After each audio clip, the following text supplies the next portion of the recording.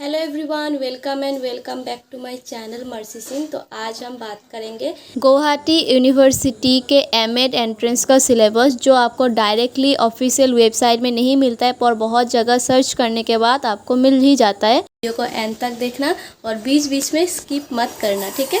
तो चलिए वीडियो को स्टार्ट कर लेते हैं। गुवाहाटी यूनिवर्सिटी का जो एंट्रेंस सिलेबस होगा, एमएड एंट्रेंस एग्ज़ाम का जो सिलेबस होता है, वो बहुत बाकी यूनिवर्सिटी का सिलेबस से भी बहुत मिलता जुलता है। तो आपको ये मैं दिखा रही हूँ जो सिलेबस। यहाँ पहला 1 नंबर पे philosophical and sociological foundations of education. जो लोग बीएड वगैरह कोर्स किए हो या फिर बैचलर किए हो, एजुकेशन बैकग्राउंड है, तो आप लोग यहाँ पे देख सकते हो। बहुत कुछ आप लोगों को सिमिलर लगेगा। तो यहाँ 3 पॉइंट्स देखिए: philosophical perspectives on education, sociological theories and their implications for education, educational ideologies and their impact on curriculum.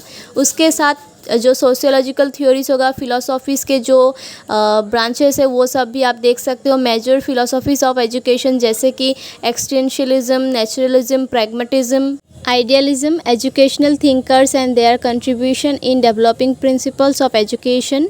उसके बाद education in ancient India and medieval India, दोनों का ही आपको देखना है। जैसे कि ब्राह्मणिक एजुकेशन कैसा था, Buddhist education, methods of teaching, Muslim education, वैदिक एजुकेशन, और उसके बाद एजुकेशन इन ब्रिटिश इंडिया। मतलब पूरा पीरियड सबको पढ़ने होंगे, फ्रॉम द वैदिक पीरियड से लेकर इंडिपेंडेंस पीरियड तक एजुकेशन कैसा था, पूरा कुछ आपको पढ़ना होगा। और उसके बाद जो इम्पोर्टेंट, जैसे कि Gokhale's bill, government of India act, Indian education commission, Indian universities commission and act, Macaulay's minutes, Sadler commission report, Sargent report, उच्च डेस्पाच, ऐसे करके आपको इम्पोर्टेंट जो बिल्स कमीशन वगैरह थे, जैसे कि कोठारी कमीशन और राधाकृष्णन कमीशन और मुडलियर कमीशन, वो सारा कुछ आपको पढ़ना होगा। जो हम लोग ऑलरेडी बीए में, मतलब जो हमारा एजुकेशन बैकग्राउंड है, तो हम बीए में ऑलरेडी ये सब पढ़ चुके हैं। उसके बाद भी थोड़ा थोड़ा हम लोगों को सिलेबस मिला था ये बीएड कोर्स में।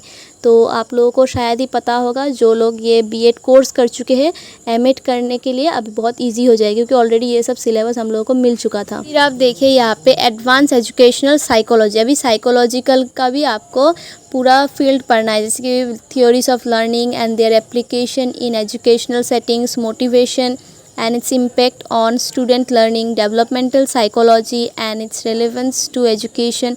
मतलब आपको साइकोलॉजी रिलेटेड सब कुछ एजुकेशनल बैकग्राउंड से पढ़ना होगा, और साथ ही साथ फिलोसॉफिकल, सोशियोलॉजिकल, एजुकेशनल साइकोलॉजी, सब कुछ आपको पढ़ना होगा, ठीक है। कि कुछ बेसिक्स बता देती हूँ। Meaning of psychology, educational psychology, functions of educational psychology, learning and motivation, और उसके भी बहुत सारे कॉन्सेप्ट्स हैं, जैसे कि concept of learning and it's nature, factors influencing learning, techniques of enhancing learners motivation, stimulus and response theory of learning, operant conditioning theory of learning, gestalt theory of learning, और थोड़ा बहुत पर्सनैलिटी का भी आप लोग देख लेना प्रिपरेशन करते time. Development of personality, biological and socio cultural determinants, integration of personality, trade theory of personality, factor theory of personality, psycho analytical theory of personality. इतना अगर नहीं भी देख सकते हो, पर थोड़ा बहुत कॉन्सेप्ट देख लेना पर्सनैलिटी क्या है, और कुछ आप थोड़ा सा इम्पॉर्टेंट डिफिनेशन वगैरह भी देख सकते हो, क्योंकि आपको कहीं से भी घुमा फिरा के क्वेश्चन आ सकते हैं, ठीक है।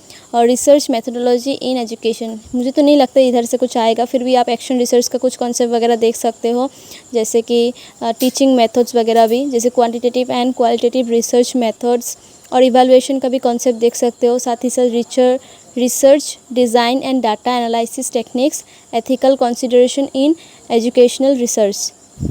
कॉम्पेरेटिव एजुकेशन मतलब यहाँ पे global trends and issues in education, comparative analysis of education system across different countries, ऐसे कुछ टॉपिक्स आपको बहुत अच्छे से मिल जाते हैं। जैसे कि बीएड सिलेबस में ऑलरेडी हम लोगों ने पढ़ के आए हैं कुछ ट्रेंड्स एंड इश्यूज जो एजुकेशन में होता है, बहुत सारे प्रॉब्लम्स होते हैं, तो वो सब कुछ आपको यहाँ पढ़ने के लिए ज़रूरी है, क्योंकि एंट्रेंस के टाइम कुछ भी पूछ सकता है, और सब कुछ एमसीक्यू टाइप क्वेश्चन ही आएगा, तो आपको मतलब थॉरो स्टडी करनी होगी। International perspectives on educational reforms, ये भी एक पॉइंट है, ये भी ध्यान रखना।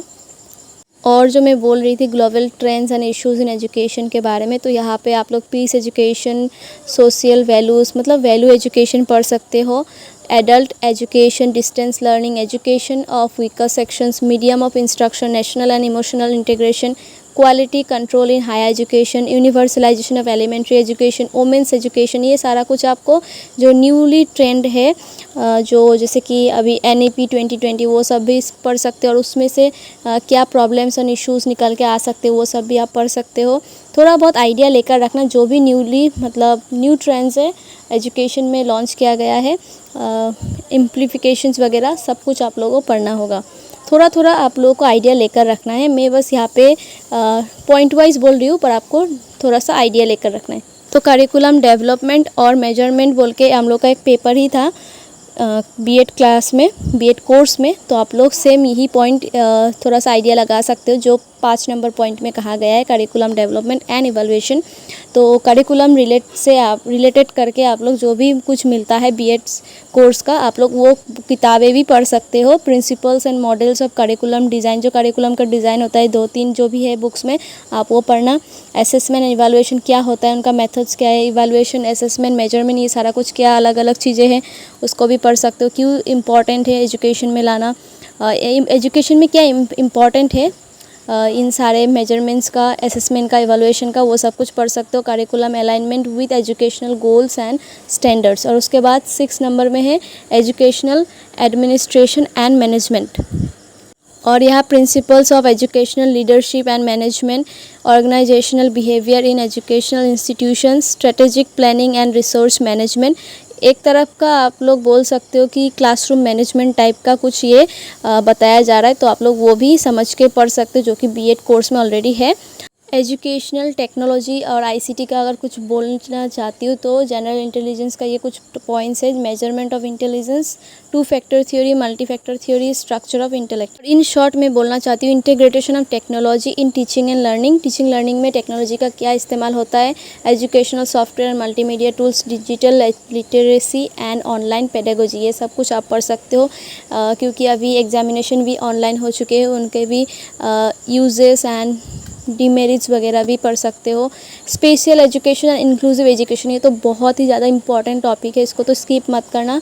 Understanding the needs of the students with disabilities, strategies for inclusive classroom practices, policy frameworks and legal aspects related to special education.